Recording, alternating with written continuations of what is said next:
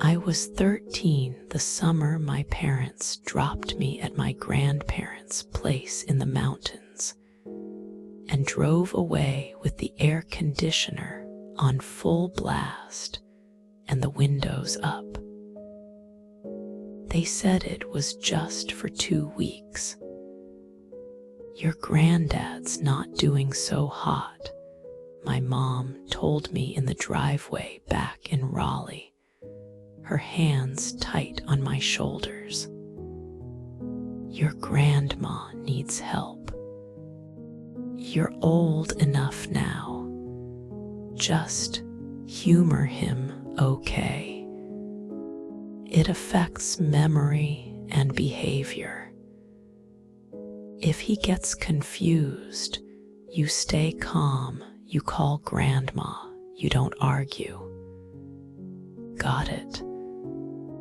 2 ridges rose up on either side, thick with oak and hemlock and rhododendron, the kind of dark green that looks almost black at dusk. A thin creek threaded through the yard before it disappeared into the trees.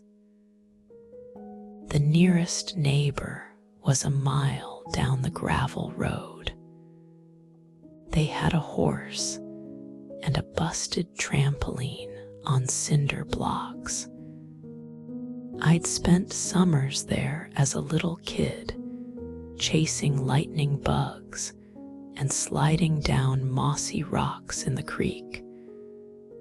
But this time, it felt different from the moment we turned off the highway. The house itself hadn't changed.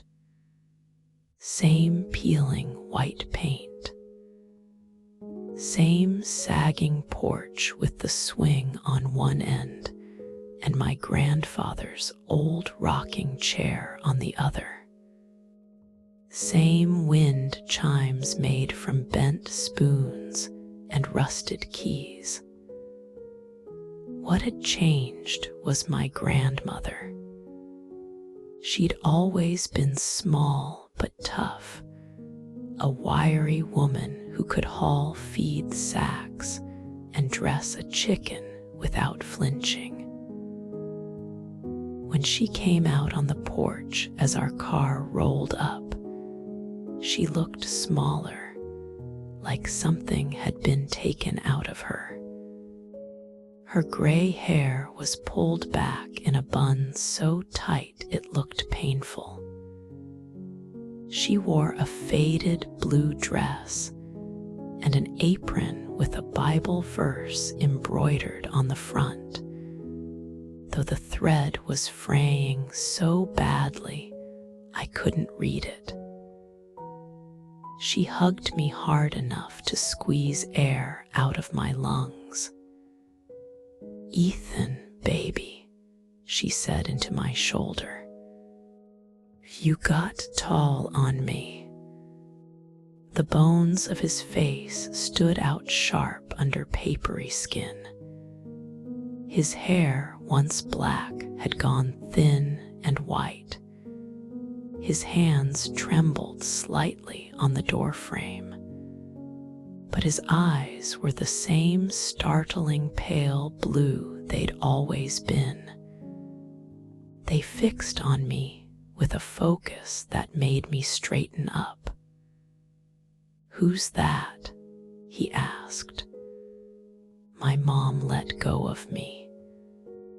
I turned, expecting her to wince, to explain gently.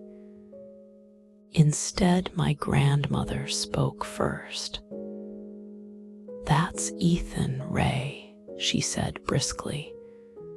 "Your grandson, remember.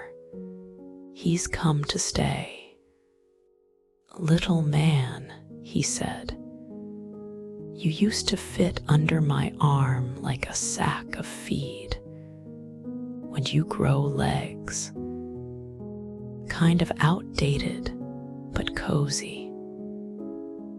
You wouldn't see the rosary tacked above every doorway, though my grandparents were Baptist and nobody in our family had ever prayed with beads.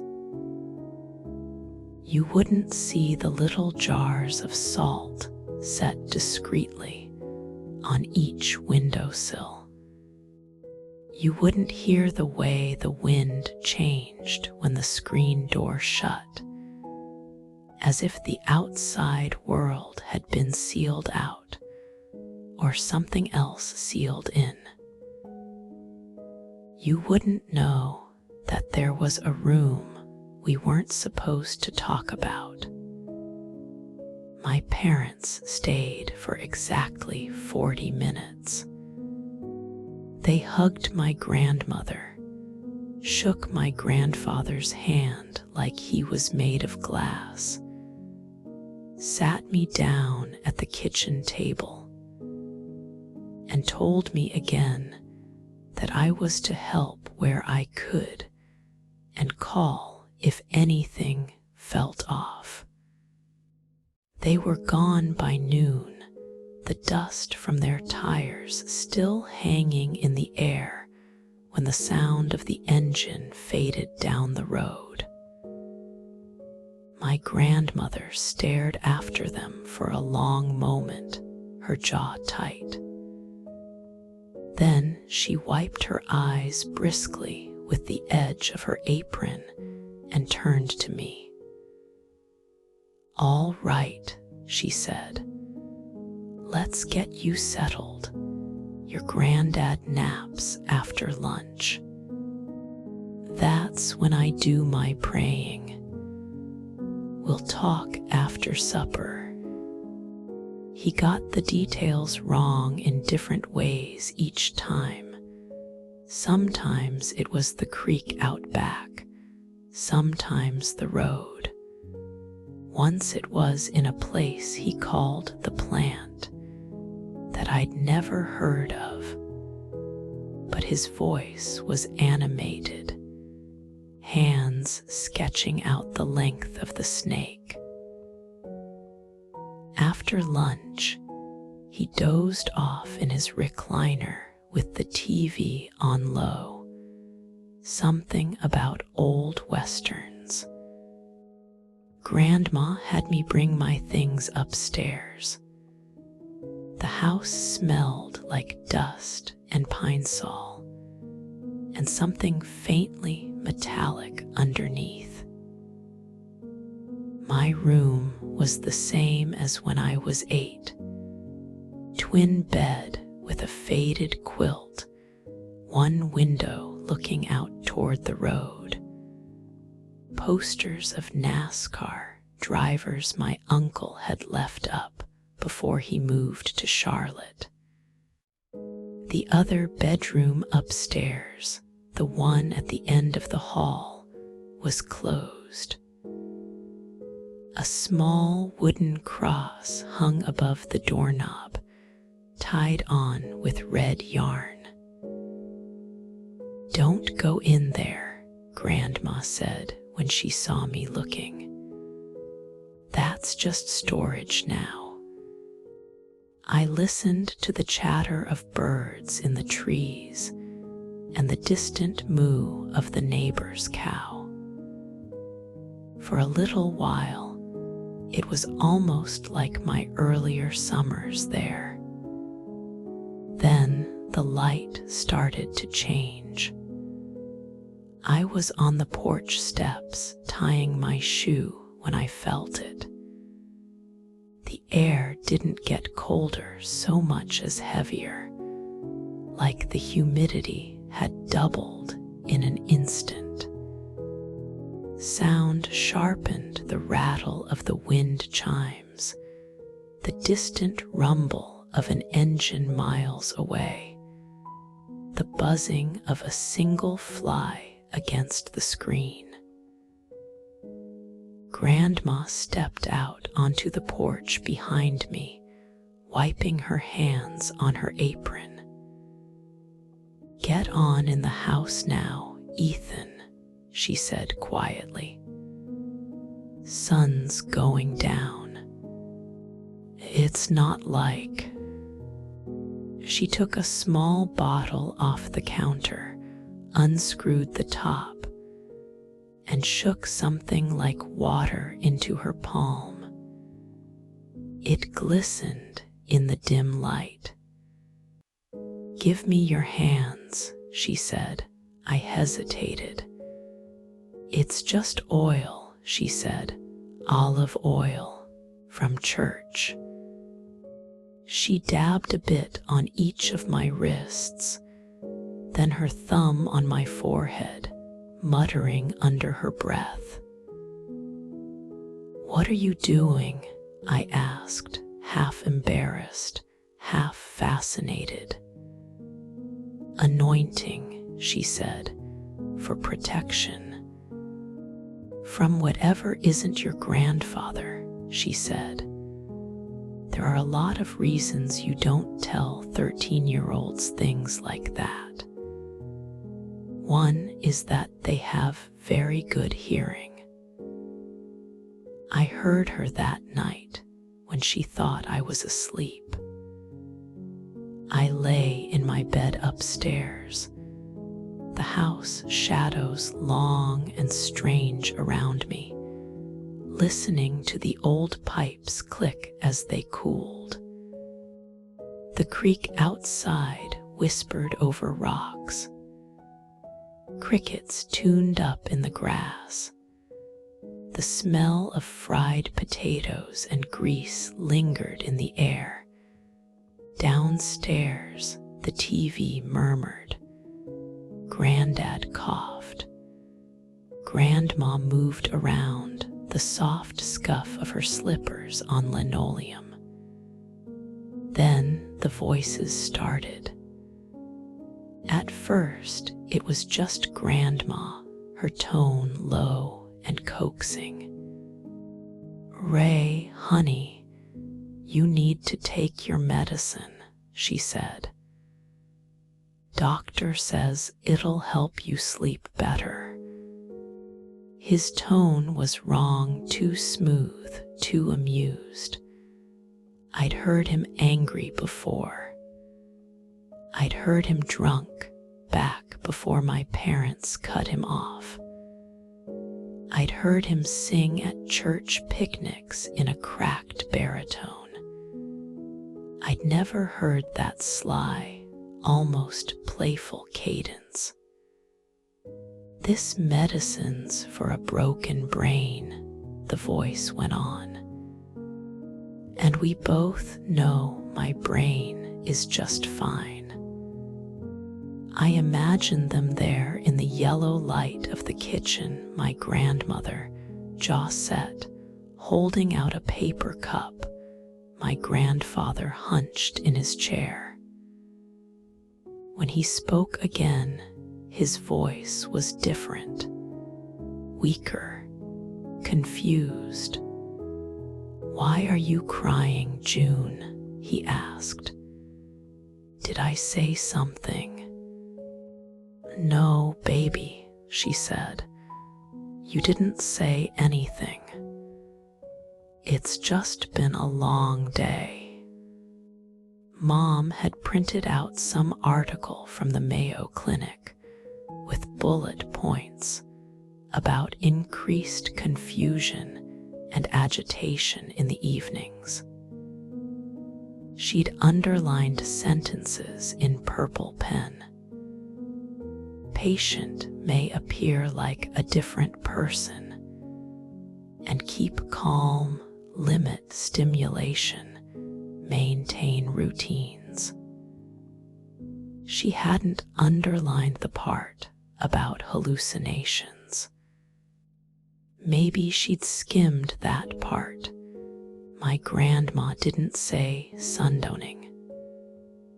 She said things get worse after dark, like she was talking about animals on the road.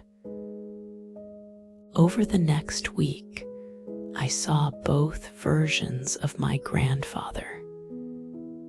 Daytime Granddad was forgetful but gentle. He'd ask me the same question twice in 15 minutes What grade was I in now? Did kids still play football? Had I found any girls worth looking at? And then tell me a story from his own childhood, one I'd never heard before. Sometimes his stories slipped time, splicing together decades into one confused narrative. He'd talk about throwing rocks at Nazis behind the Piggly Wiggly and not realize that didn't make sense. But he still knew who I was most of the time. He still laughed when I dropped a nail on my foot, helping him in the shed. He still reached for Grandma's hand when we bowed our heads over meals. Nighttime Granddad was a stranger. The first time I saw him change, really change, I was in the hallway upstairs, on my way to the bathroom. The stairs creaked under my weight. Halfway down, I heard a low murmur from the living room. The TV was off. The house was otherwise quiet. "You remember what you promised," a voice said. "You said in sickness and in health. That means all of me, not whatever you brought back. I swear, if they try some kind of backwoods exorcism, you don't have enough faith to believe in your devils and your doctors at the same time. Pick one." They were the same pale blue as always, but there was a sharpness there I'd never seen, a focus that felt predatory. He didn't look lost or confused. He looked like he knew exactly where he was and what he was doing. Grandma stood a few feet away, clutching her Bible in both hands like a shield. Her lips moved silently. "Don't you pray at me," he said. "You think words you don't understand are going to fix this. You invited me in, remember? You told them to take anything that wasn't of the Lord, to cast it out, to make room." I answered. The other tone was gone as if it had never been there, but the shift had been too quick. I froze, caught like a raccoon in a spotlight. "How long you been spying on us?" he asked mildly. "I wasn't," I said. My mouth had gone dry. "I just came down to pee." Don't let two old folks' arguments scare you. Your grandma just thinks the devil's got in me. You know better, don't you? Chemical imbalances, plaques in the brain, natural, explainable, tragic, but ordinary. None of those words helped at 3 a.m. when a thump from downstairs knocked me awake, and my grandfather's voice floated up, deep and low, saying a word I didn't recognize in a language I didn't speak. The word scratched at the inside of my skull, like a fish hook snagging flesh as it went by. I wrapped my pillow around my head and tried to remember that the human brain misfires. It pulls old memories forward, languages you haven't spoken in years, fragments of songs and overheard prayers. It does not channel anything, unless it does. A few days before I was supposed to go home, my grandparents had a visit. He was a small man with a big Bible and a bigger cross around his neck. The kind of pastor you see in 3 churches in one county, because there aren't enough congregants to go around.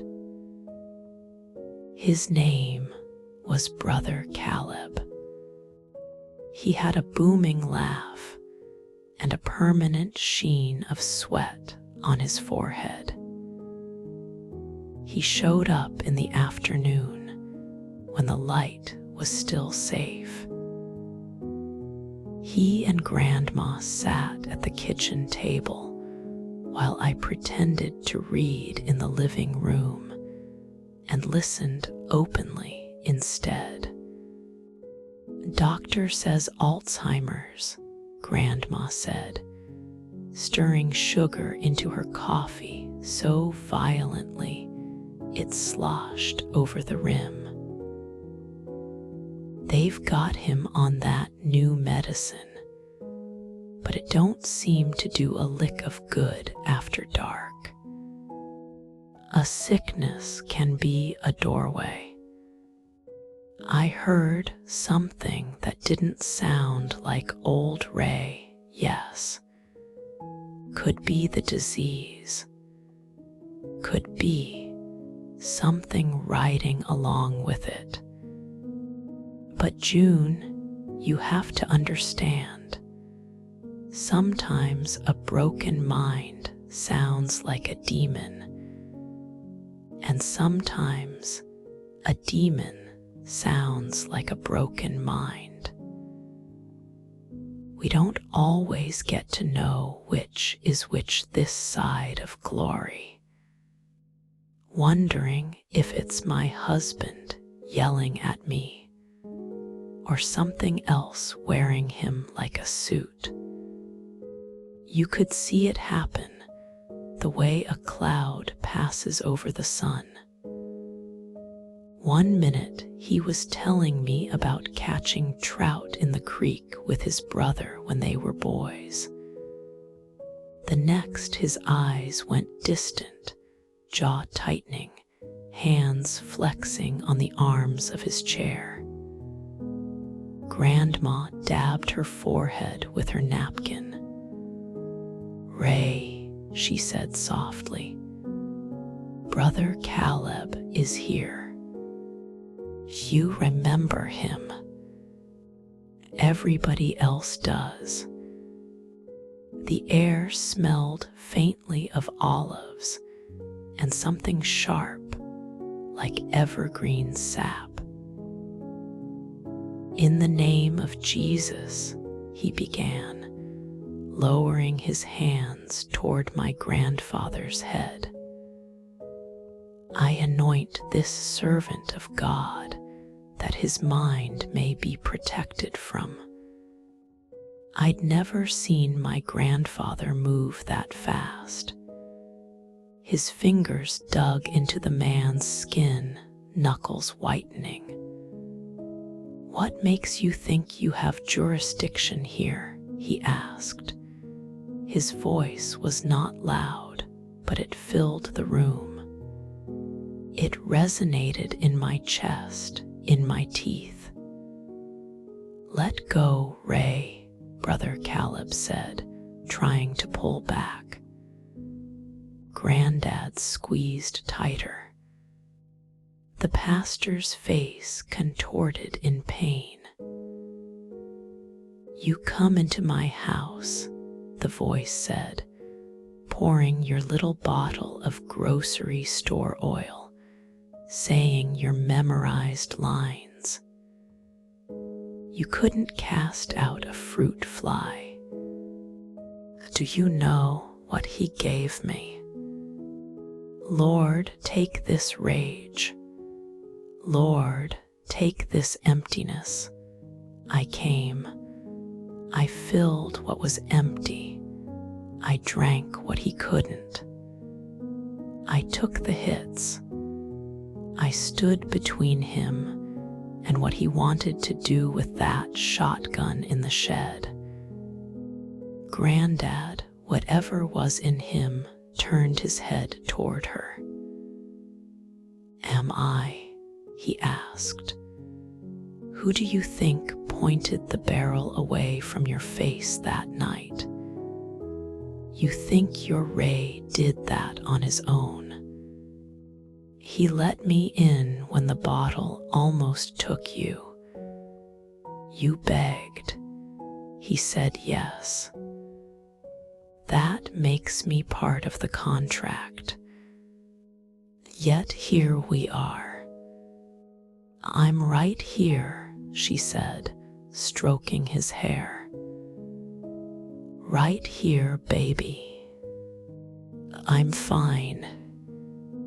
You see what happens when folks go asking for help they don't understand. That explained the memory problems, the personality changes, the confusion. Fact, people with dementia sometimes say cruel things. They can hurt the ones they love without meaning to. They can sound like different people. Fact, he had grabbed the pastor's wrist hard enough to leave bruises. That was unusual, but not impossible. Adrenaline, frustration, muscle memory from a stronger time.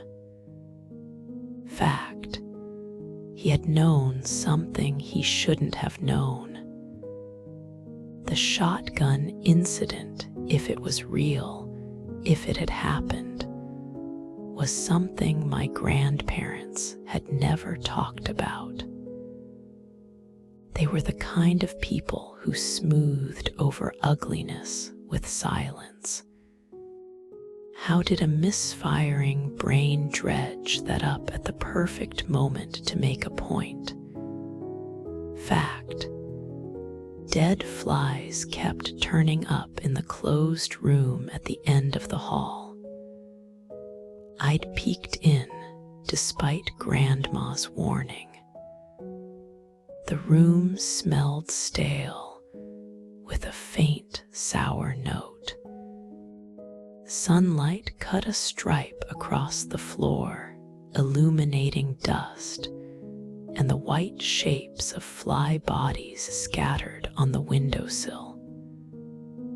Their tiny legs were curled tight. Some of them were on their backs, wings spread. I'd swept them into my hand and carried them to the trash, feeling irrationally guilty. The next day there were more. Dementia did not explain that. Neither did demons, not definitively. Dead flies happen. Old houses leak. Rats die in the walls. Mold blooms unseen.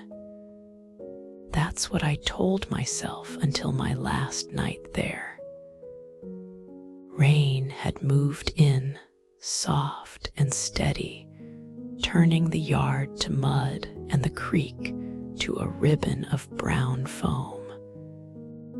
The air in the house felt damp, heavy, with the smell of wet wood and boiled cabbage. Mom was supposed to pick me up the next morning. I'd packed my duffel just in case she called to say she was early.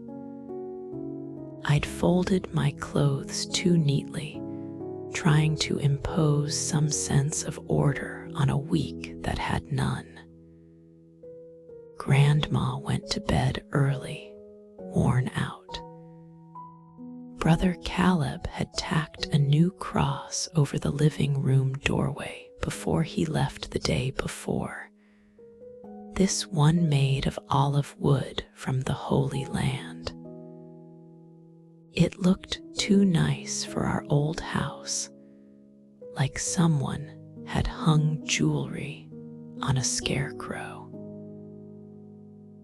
Granddad stayed up in his recliner, TV flickering soundlessly. I sat on the couch with a book open in my lap, not reading it. At some point, I must have drifted off. When I woke, the TV was a dead black square. The lamp was off. The room was lit only by a dim wash of moonlight from the window. My neck hurt from the angle I'd been sleeping. My back ached. The house was too quiet. I sat up, disoriented. "Grandma," I called softly. No answer. The recliner was empty.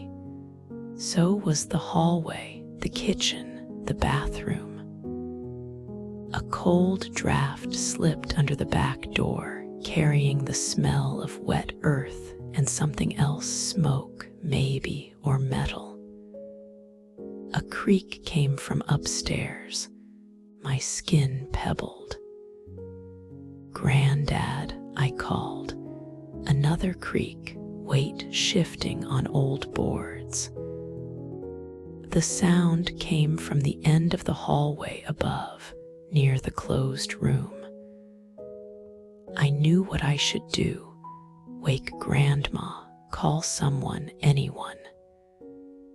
Instead, I found myself climbing the stairs, each step slower than the last. The house groaned around me, settling in the night. The rain had stopped.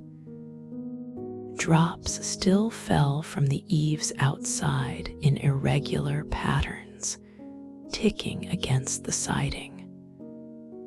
The hallway was darker than it should have been. My bare feet made no sound on the worn rug runner. The door to the closed room stood open a crack. A strip of darkness lay across the hall like spilled ink. I reached it and pushed the door gently. It swung inward without a squeak. The room was almost empty. An old dresser against one wall. A metal bed frame with no mattress. A chair. The window at the far end, its glass black with night. My grandfather stood in the middle of the room, back to me. He was shirtless. The skin along his spine stood out sharp, muscles and bones etched in shadow. His left hand hung loose at his side. His right hand was pressed flat to the wall. He spoke without turning around. "You know, Ethan," he said conversationally, "they say this disease takes your memories in pieces, little chunks at a time. Faces, names, words, like a rat chewing pages out of a book. It was layered, like two recordings played at once. I always figured I'd go that way," he went on. "My daddy did. His sister did. Mine's just frayed. I didn't expect a hitchhiker. In the faint light from the hallway, I could just make out lines intersecting curves and angles, like a symbol half finished. "I didn't ask for this," he said. "Not all of it. Something to dull that noise in my head back then. We're all cracked vessels, like a tick under the skin. Some days it's all him talking, some days it's all me." Lately, he laughed again, humorless. "Lately, I can't tell where I end and he begins." His shoulders sagged. When he spoke again, his words were thick, bewildered. "Ethan," he said, What are you doing in the dark?" The other side was in shadow. The line between them was too sharp, like someone had drawn it with a ruler. In the shadowed half, his eye glinted oddly, catching no light. His mouth on that side was curved in a faint smile that didn't match the strain in the rest of his features. "Did I wake you?" he asked. The words on the lit side sounded afraid. On the dark side, they sounded amused. "I was just checking," I said, my voice shaking. "Grandma's asleep."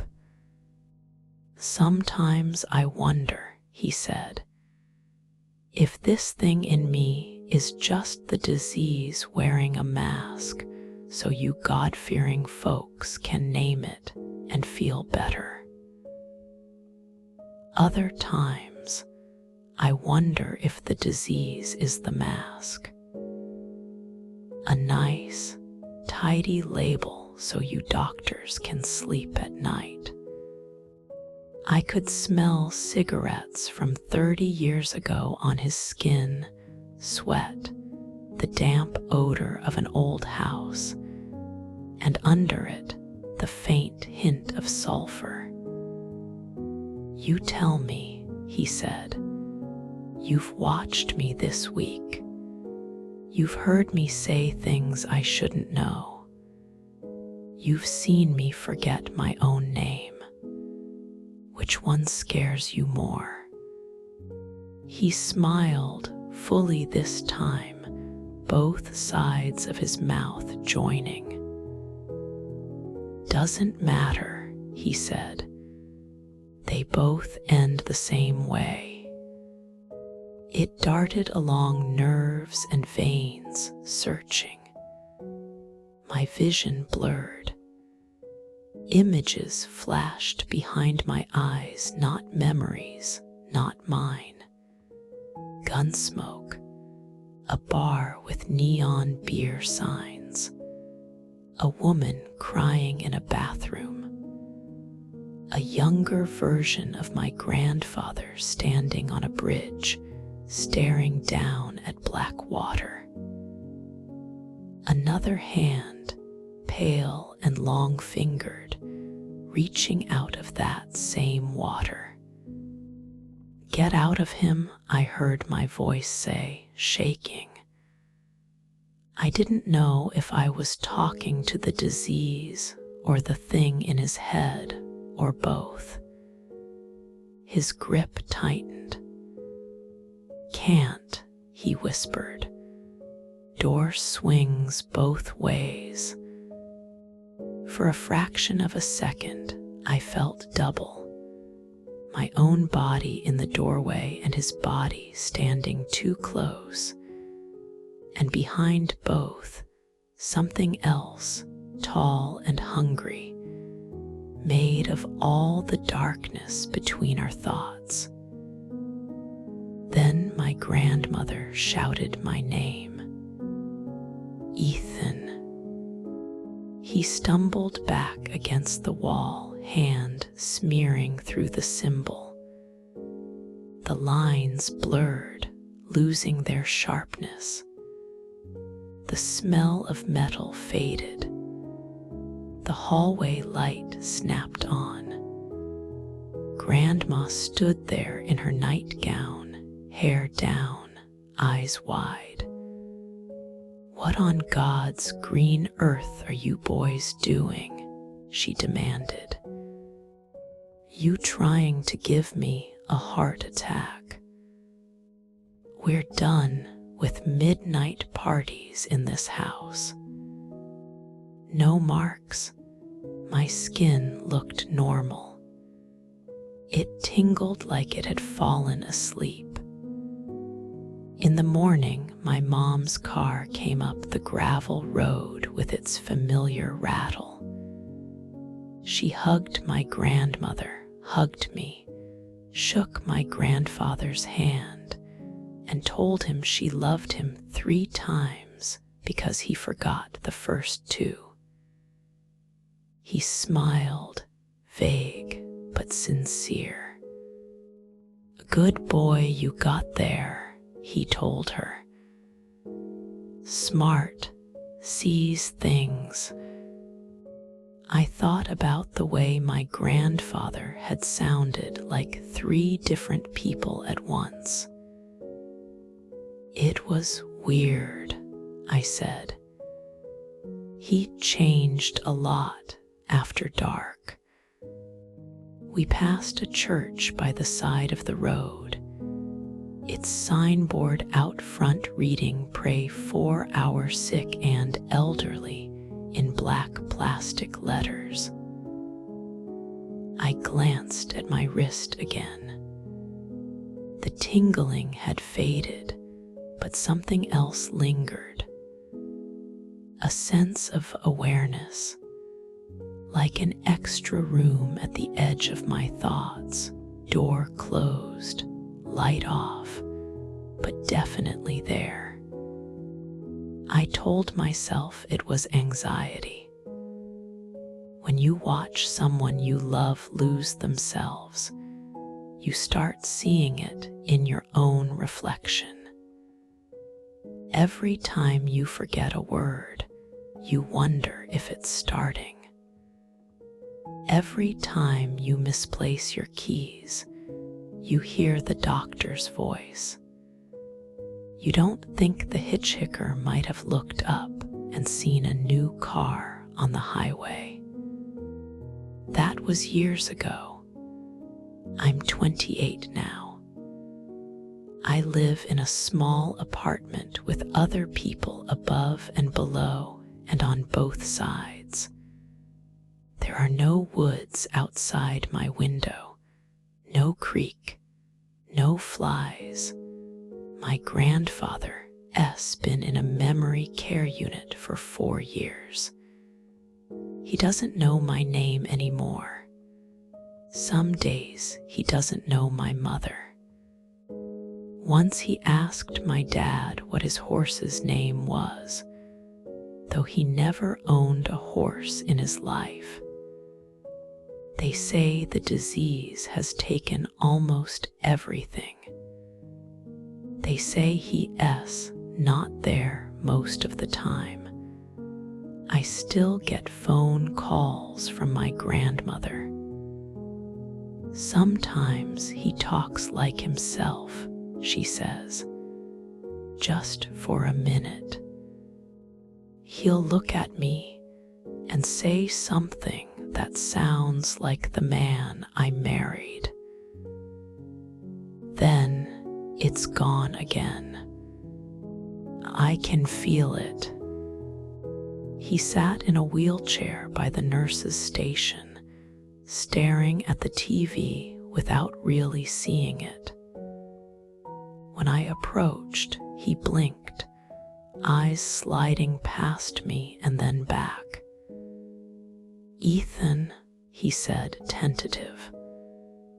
"Hey, Granddad," I said, sudden warmth in my chest. "Yeah, It's me. I must have gone pale because the nurse at the desk looked up quick, concerned. Hearing who? I asked carefully. He frowned, forehead wrinkling. Oh, he said, I forgot. In the bathroom of my apartment that night, with the fan on to cover the sound of my breathing, I looked at myself in the mirror for a long time. I tried an experiment. Get out, I said quietly to no one. My reflection stared back, tired but ordinary. I turned off the light. In the dark, with only the glow from the street filtering in through the window, I listened. For a moment, just a moment, I thought I heard breathing that wasn't mine. Close, right behind my eyes. Then my upstairs neighbor flushed their toilet, and the moment broke. I still don't know what was wrong with my grandfather.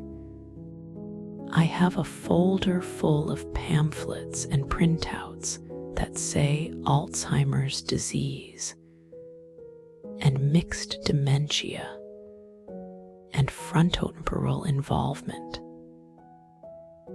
They have diagrams of shrinking brains and lists of symptoms that match everything I saw in that house.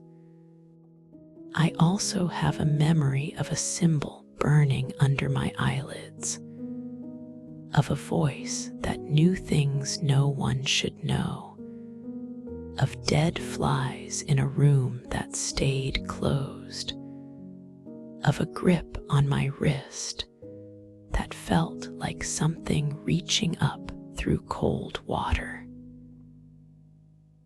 Some nights, I wake up sure I heard footsteps in my hallway when I live alone.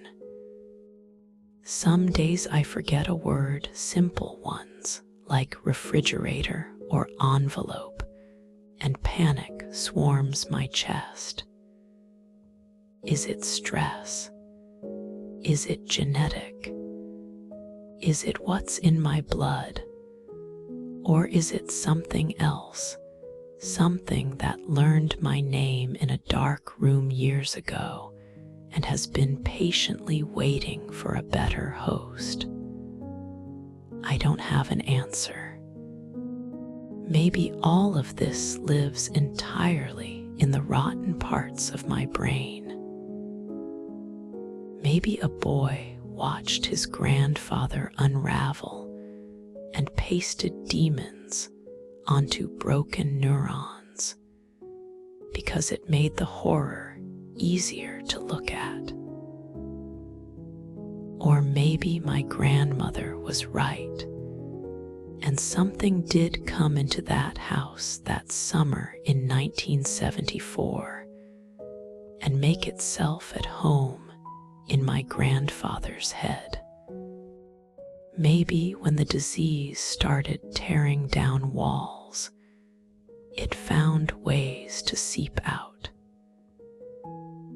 Maybe it's just the Alzheimer's talking when my grandfather calls me on the phone in the middle of the night and says very clearly, in a voice that sounds like his and not his at all, "Little man, I remember you. Do you remember me?"